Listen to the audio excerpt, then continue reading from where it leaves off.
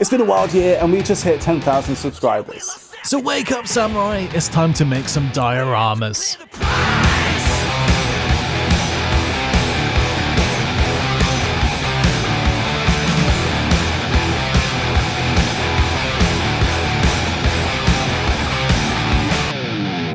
And it all started with this dude. For this diorama, I wanted to create a battle scene between a Stormcast and the dreaded Gravekeeper. All inspired by the Caretaker from The Witcher 3, which I must say is such a cool boss. So I decided to paint the creature in a horrible dead flesh tone, then soak the diorama in all kinds of mysterious concoctions. And finally painted all of the foliage and rocks, and I really like how this actually turned out. I'm really a huge sucker for a good duel, and I think I achieved that in this project. Star Wars. Star Wars! Star Wars! This is my favourite series and lore ever. I honestly can never get enough of Star Wars, and with that I built one of my favourite dioramas about the Battle of Geonosis. We got to paint orange sand, clone troopers, B1 battle droids, and even droidicas. This is the one thing I could literally talk about forever, but it's time to stick some wood to clay and smooth that bad boy out. I must say this is one of my favourite videos to make. As much as I hate soldering, it always looks so good at the end and it's worth every second of torture.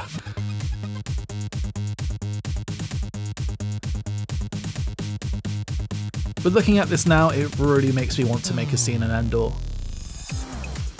But there you go, look at all those lovely bright lights.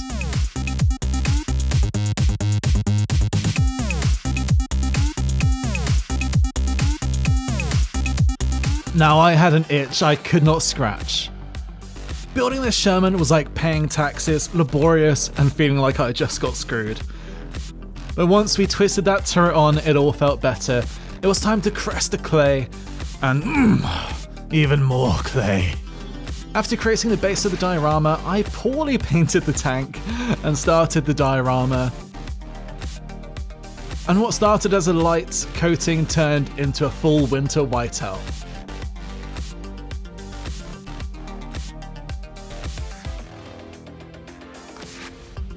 And, well, overall, it looks alright, I guess.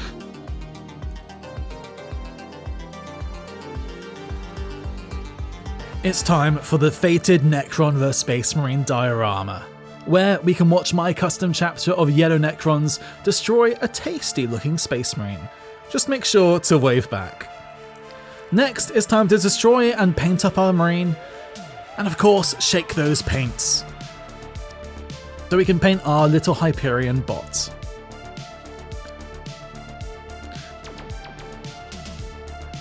Now there's something about yellow robots that gets me so pumped, especially from the nostalgia of Borderlands 2. And okay, if you know Meslam's glitch in the system, I will literally high-five you, as that was one of my favourite games growing up as a kid ever. Finally, it's time to make the diorama and give it a nice snowy coat. I'm pretty happy with how this turned out, and I really like the general vibe of the diorama. Who do you think wins in this battle?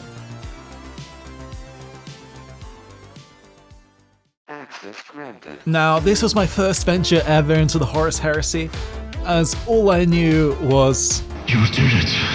You defeated me, Horus Leprechaun! You really are Warhammer 40,000! Now I had this idea of some White Scars coming in its backup to fight the Sons of Horus.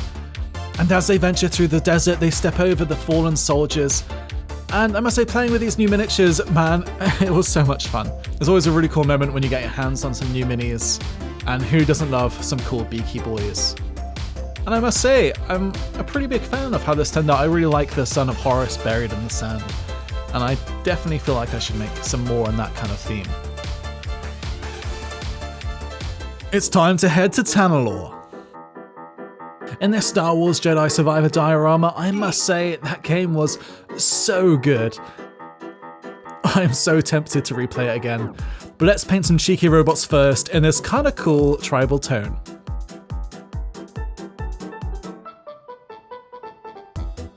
After clay time, it's time to paint Cal himself, and fill the rocks with midiput, make a little chain station, and start dry brushing.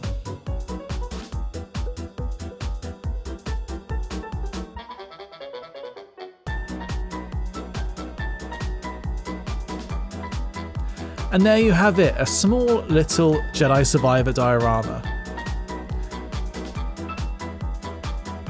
So when I made this diorama, I wanted to build something different, something a bit more interesting, so welcome to Warhammer Cross Borderlands. So to start, we've made the base of our diorama out of a lid and some foam, where we can sand down the edges and fill any gaps with some clay. Then, with the same clay, we can build the structure of the diorama, and next it's time to place all of these little resin rocks down, trying to create the theme of a mesa desert. One of the most challenging and fun parts of this diorama was trying to figure out how to paint red rocks, and you know what?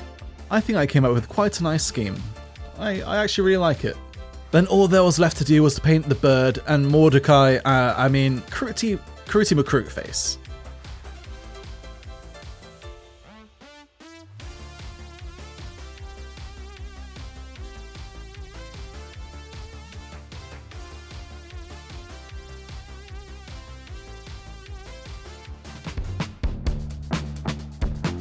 A squad of rebels have gone behind enemy lines and have infiltrated the Imperial compound using their mighty space bus.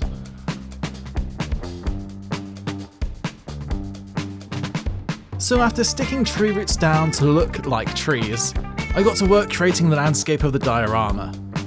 And after throwing my trademark dirt, it's time to spread our glue everywhere.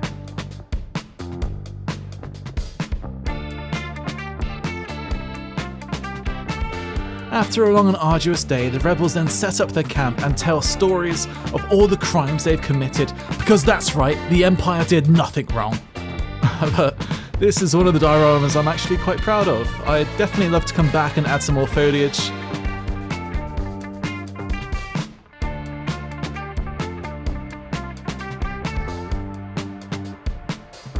This diorama was one of my more ambitious projects, to say the least. I wanted to create some sandy rocks, the ones like I saw on holiday earlier last year. And I did just that. This was so much fun, it felt like I was exploring the unknown grey tundra. The only part of this diorama I would definitely change is adding more shade and painting it a little bit better. But the major letdown was the miniatures.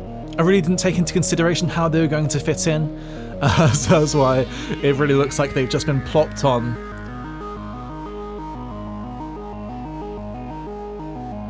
But I rescued these miniatures and they'll make a return in a future episode.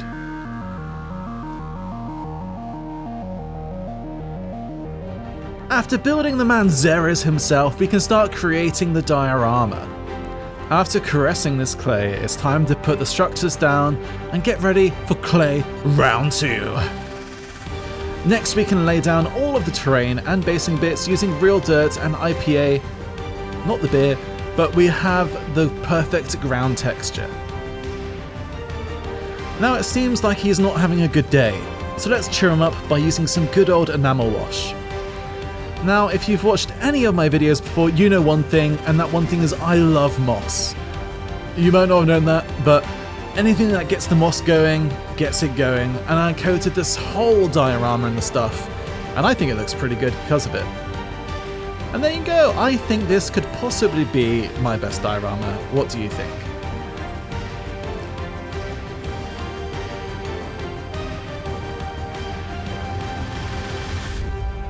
The story of this space asteroid diorama takes place in a long distant future where famous space explorers seek out to mine legendary ore and materials.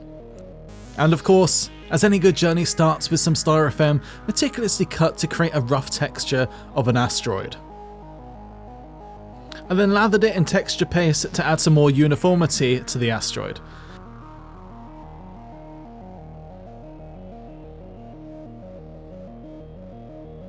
And after painting it and the ship, I think it was a pretty cool idea.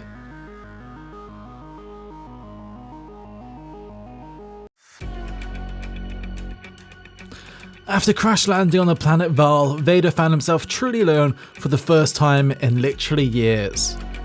and after killing all of the local wildlife, he even found joy, a feeling he hasn't felt since he went by the name of Anakin. It's a super cool story, and I've left out loads of really fun details. But let's get back to the diorama and start adding all of the battle damage. Next, it's time to paint the diorama and the dreaded resin pour, which scares me every time.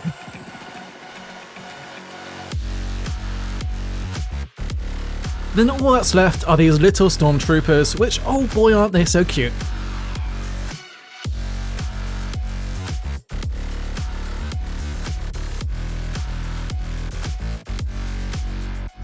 So to start, we are going to build our Tyranid and convert up our Space Marine and start building the base of our cheeky Warhammer diorama.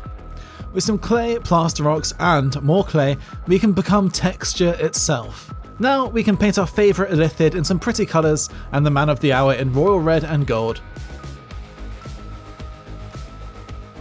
And there it is, probably my quickest diorama ever.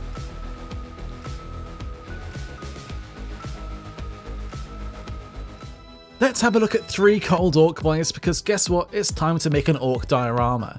So after slapping some juicy clay down, let's mould it into the perfect terrain. After adding the rocks, let's paint the naughty warden searching for his next prisoner. The story of this diorama was that the big orc, the warden, and his sidekick are hunting down an escaped hobgrot, tasked with bringing him in dead or alive.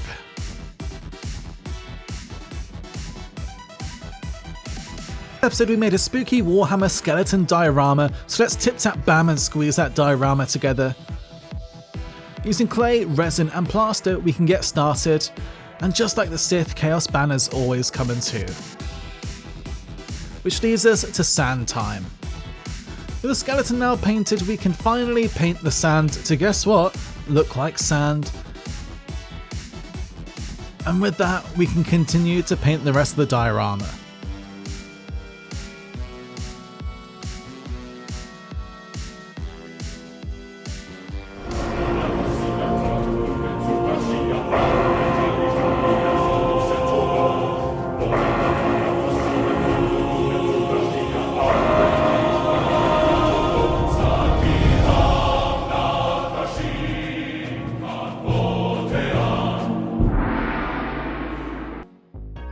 Now it's time for our final Star Wars diorama, which has us look at a destroyed U-Wing that was first featured in Rogue One as Andor's main ship.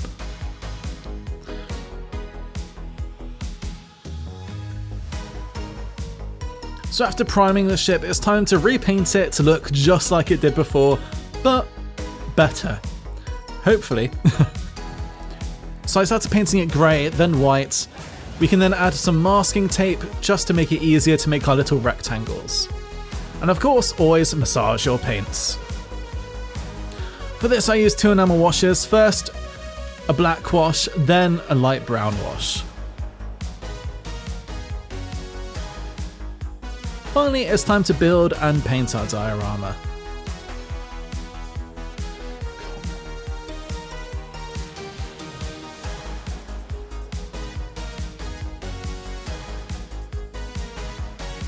It's time for our final diorama of the episode, and for this I wanted it to be big, epic and mysterious.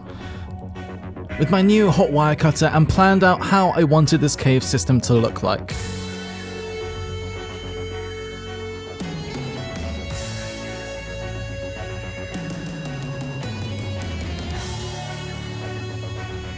Next it was time for, of course, some clay, but most importantly some plaster rocks.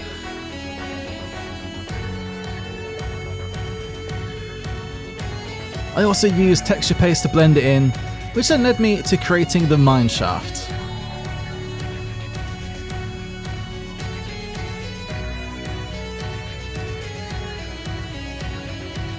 Then all it was left to do was to paint the diorama, tyranids, and finally solder in our LEDs.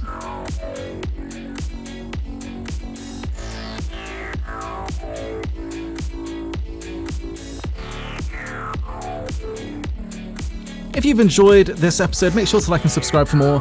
2024 will be a fun year, so make sure to stick around. I've been Reese, and I'll catch you in the next one.